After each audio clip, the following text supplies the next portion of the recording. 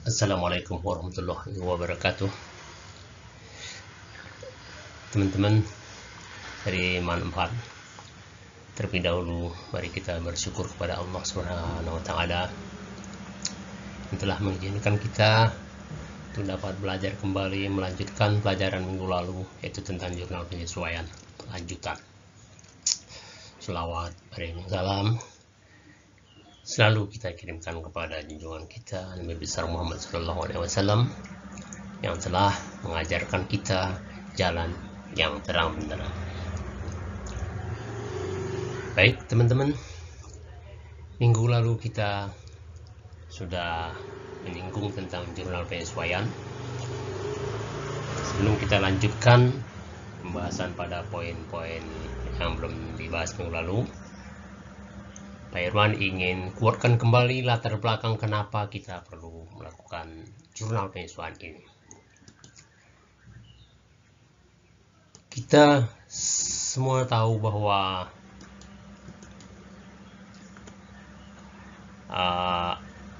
kita mempergunakan accrual basis, yaitu setiap transaksi dicatat pada saat terjadinya, bukan ketika kas diterima atau dibayar, sehingga informasinya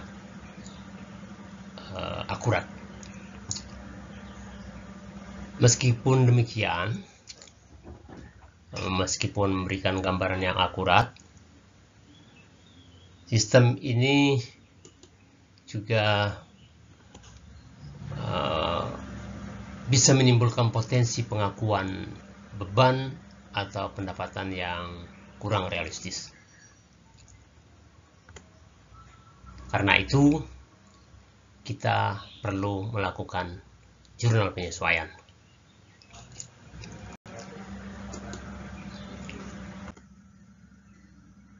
Akun-akun yang disesuaikan,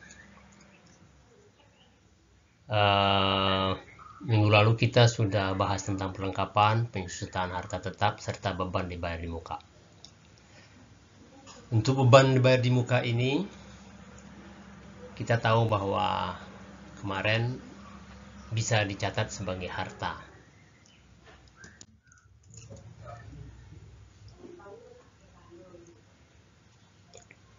Namun, beban penyesuaian ini juga bisa dicatat atau diakui langsung sebagai beban. Namun, harus disesuaikan menjadi beban yang sesungguhnya pada akhir periode. Artinya, ketika kita mencatat beban dibayar muka langsung sebagai beban, seolah-olah beban kita terlalu besar di awal periode. Contoh, perusahaan membayar sewa gedung sebesar 12 juta untuk 1 tahun pada awal Januari. Perusahaan langsung mengakui sebagai beban. Jadi dicatatlah ini sebagai beban 12 juta. Padahal ini baru awal Januari. Nah, jadi ini yang dimaksud dengan kurang realistis. Pada akhir bulan, perusahaan perlu menyesuaikan bahwa 1 bulan dari 12 juta ini sudah menjadi beban yang sesungguhnya, beban sewa yang sesungguhnya. Nah, bagaimana menyesuaikannya? Cara menyesuaikannya adalah kita memunculkan beban sewa di kredit untuk mengurangi beban yang dicatat di awal sekaligus, sehingga beban yang muncul adalah 1 juta jatuhnya. Jadi mengurangi dengan 11 juta, yaitu yang belum menjadi beban. Angka ini berasal dari angka yang belum menjadi beban. Kemudian sebagai lawannya, sewa dibayar di muka 11 juta. Nah, ini. Jadi jurnal penyesuaiannya, sewa dibayar di muka 11 juta, beban sewa 11 juta. Jadi jurnal ini mengurangi dengan mengkredit beban sewa sebesar angka beban yang belum menjadi beban. Yaitu dari 12 juta ini yang belum menjadi beban adalah 11. Jadi kita kredit. Sehingga beban sewanya nanti muncul 1 juta. Setelah disesuaikan. Kemudian sebagai lawannya dicatat sewa dibayar di muka.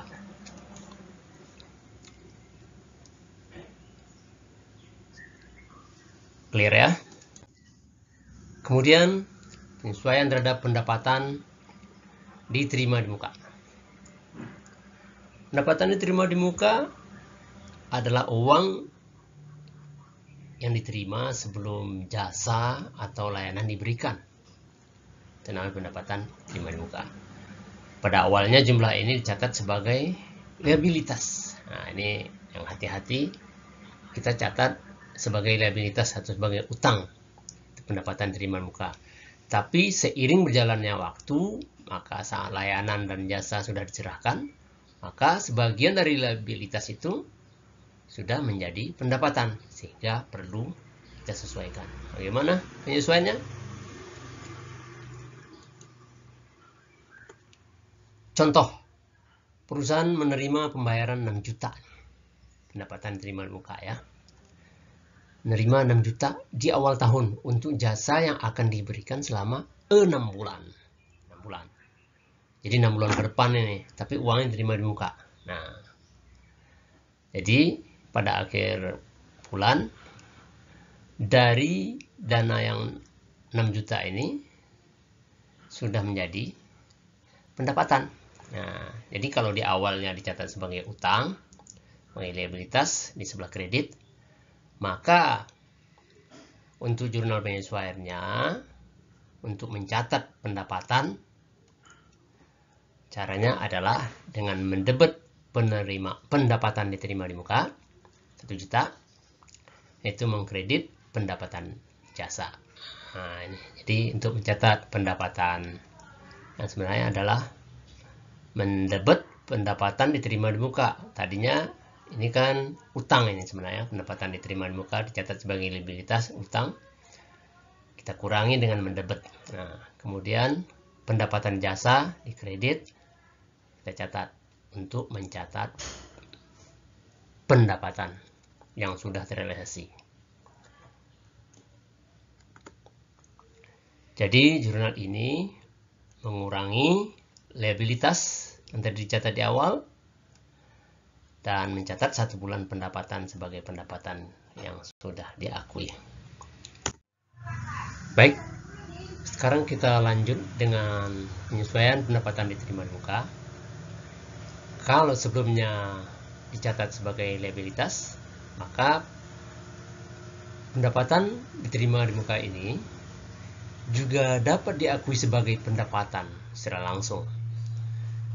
Nah, seiring berjalannya waktu atau ketika saat layanan atau jasa diserahkan, jumlah tersebut akan dicatat sebagai pendapatan yang sesungguhnya. Contoh, perusahaan menerima pembayaran 6 juta di awal tahun, contohnya masih yang sama ya. Perusahaan ini mengakui sebagai pendapatan. Nah, jadi langsung dicatat sebagai pendapatan, berarti di kredit ini ya. Pada akhir bulan, 1 bulan pendapatan harus dicatat sebagai pendapatan yang sesungguhnya. Oke, bagaimana caranya? Caranya adalah dengan mengurangi pendapatan yang sudah kita catat secara langsung di awal dengan angka yang belum menjadi pendapatan. Nah, jadi kurangi. Jadi pendapatan jasa didebet 5 juta. Nah, ini cara mengurangi pendapatan karena pendapatan dikredit kan. Jadi cara mengurangi ini kita debet. Kemudian sebagai lawannya dikredit pendapatan diterima di muka. Jadi jurnal ini untuk mengakui 1 bulan pendapatan yang sesungguhnya dengan mengurangi pendapatan yang dicatat di awal dengan angka yang belum menjadi pendapatan yaitu 5 juta. Dan mencatat pendapatan diterima di muka sebagai lawannya. Sip ya. Kita lanjutkan. Penyesuaian beban yang masih harus dibayar. Masih harus dibayar, ini utang berarti ya. Beban yang masih harus dibayar, ini adalah beban yang sudah terjadi, tapi belum dibayar pada akhir periode. Nah, beban ini perlu kita akui sebagai beban dan sebagai utang pada periode yang bersangkutan. Maka jurnalnya, perusahaan, ini contoh ya, perusahaan memiliki biaya gaji karyawan sebesar 4 juta untuk bulan Desember. Tapi gaji baru akan dibayar pada bulan Januari. Artinya sudah menjadi biaya, kita harus akui gaji ini sudah menjadi biaya dengan mendebet biaya gaji sebanyak 4 juta dan mengakui juga bahwa akan dibayar nanti itu merupakan utang gaji sebanyak 4 juta. Jadi jurnal ini mencatat beban gaji yang belum dibayar sebagai beban dan menambah utang gaji sebagai kewajiban. Kali ini mudah ya. Kita lanjutkan. Penyesuaian pendapatan yang masih harus diterima. Nah, ini. Pendapatan yang masih harus diterima adalah pendapatan yang sudah diperoleh. Artinya jasa sudah selesai diberikan, tetapi belum diterima pembayarannya pada akhir periode. Nah, pendapatan ini harus dicatat juga sebagai aset kita dalam bentuk piutang. Bagaimana jurnalnya? Contoh, perusahaan telah memberikan layanan kepada klien senilai 3 juta pada akhir bulan, namun pembayaran belum diterima. Untuk itu kita mengakui sebagai aset ya. Jadi kita mempunyai piutang di sini. Kemudian pendapatannya juga udah kita akui. Pendapatan jasa di sebelah kredit. Jadi piutang di debit, pendapatan kredit. Jadi dengan adanya jurnal penyesuaian ini, maka data di dalam catatan akuntansi kita menjadi sesuai dengan kenyataan. Jurnal ini mencatat pendapatan jasa yang sudah diperoleh, namun belum dibayar sebagai piutang. Nah, itulah materi-materi penyesuaian pendapatan, penyesuaian beban yang sudah kita bahas bersama. Mudah-mudahan dapat membantu adik-adik dalam mengulang-ulang kembali sehingga siap untuk menghadapi ujian masuk perguruan tinggi ataupun siap untuk menjalankan usahanya sendiri nanti. Nah, untuk dapat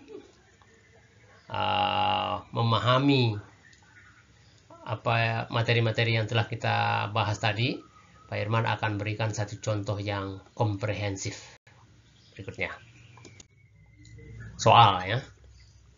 Akun-akun dalam neraca saldo sebagian dari rumah cantik salon yang perlu disesuaikan ada 3, yaitu sewa dibayar di muka. Nah, ini pelajaran kita tadi.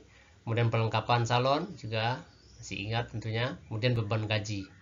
Nah, ini yang terakhir kita bahas. Data penyesuaian per 31 Desember adalah sewa yang telah jatuh tempo. Jadi dari 12 juta ini, sewa yang telah jatuh tempo 10 juta 800. Nah, sehingga catatan di awal ini angkanya sudah harus dikurangin, ya kan? Oke. Kemudian yang kedua datanya perlengkapan salon yang terpakai selama periode adalah 600.000. Tadinya perlengkapan salon kita 1.600.000. Nah, ini perlu disesuaikan. Kemudian gaji yang masih harus dibayar. Jadi orang sudah bekerja tapi gajinya belum dibayar. Nah, berdasarkan data tersebut, jurnal penyesuaian per 31 Desember yang benar adalah. Nah, mari kita bahas satu-satu. Ya, kita bahas satu-satu. Namun, sebelum kita membahas satu-satu ini, di dalam otak kita sudah ada pemahaman terhadap konteks ini, yaitu jurnal penyesuaian yang benar untuk kasus ini kita udah ada. Untuk sewa yang telah jatuh tempo, kita harus tahu bahwa kita harus catat beban sewa 10 juta di debit, karena ini akan mengurangi modal ya kan. Kemudian sewa dibayar di muka, sewa dibayar di muka yang tadi 12, kita kurangin. Nah, ini jurnal yang benar untuk yang ini. Kemudian untuk yang kedua, untuk perlengkapan salon dipakai 600.000. Artinya sudah menjadi biaya, menjadi beban. Jadi beban perlengkapannya 600. Kemudian perlengkapannya 600. Kemudian yang ketiga, gaji yang masih harus dibayar 400. Nah, ini beban gaji dan utang gaji. Nah, kalau kita sudah ada dalam otak kita akan gampang memeriksa ini. Ini sewa dibayarin muka 10.800.000. Nggak mungkin lah, karena sewa udah jatuh tempo. Sewanya di depan nggak mungkin. Yang di depan adalah biaya atau beban. Kemudian beban perlengkapan 1 juta. Ini salah, bebannya harusnya 600. Dan utang gaji 400 di debit. Utang harusnya di kredit, ya. Nah, beban sewa 10.800.000. Ini sudah jatuh tempo. Nah, ini dia beban sewa. Kemudian sewa dibayar di muka sebagai kreditnya. Jadi dengan demikian jawaban dari soal ini adalah D. Nah, dalam kasus ini walaupun kita hanya mencari jawaban yang benar saja, namun kita sudah memperkuat pemahaman kita dengan mengetahui seperti apa jurnal yang benar dari data-data penyesuaian ini. Nah, itulah yang paling penting, teman-teman. Mudah-mudahan apa yang kita sajikan di dalam 17-20 menit ini akan dapat membantu teman-teman dengan mengulang-ulang kembali, melihat-lihat kembali, kemudian pasang niat yang baik, berdoa kepada Allah, teman-teman akan sukses, ya. Demikian, kita lanjutkan nanti pada pertemuan berikut. Assalamualaikum warahmatullahi wabarakatuh.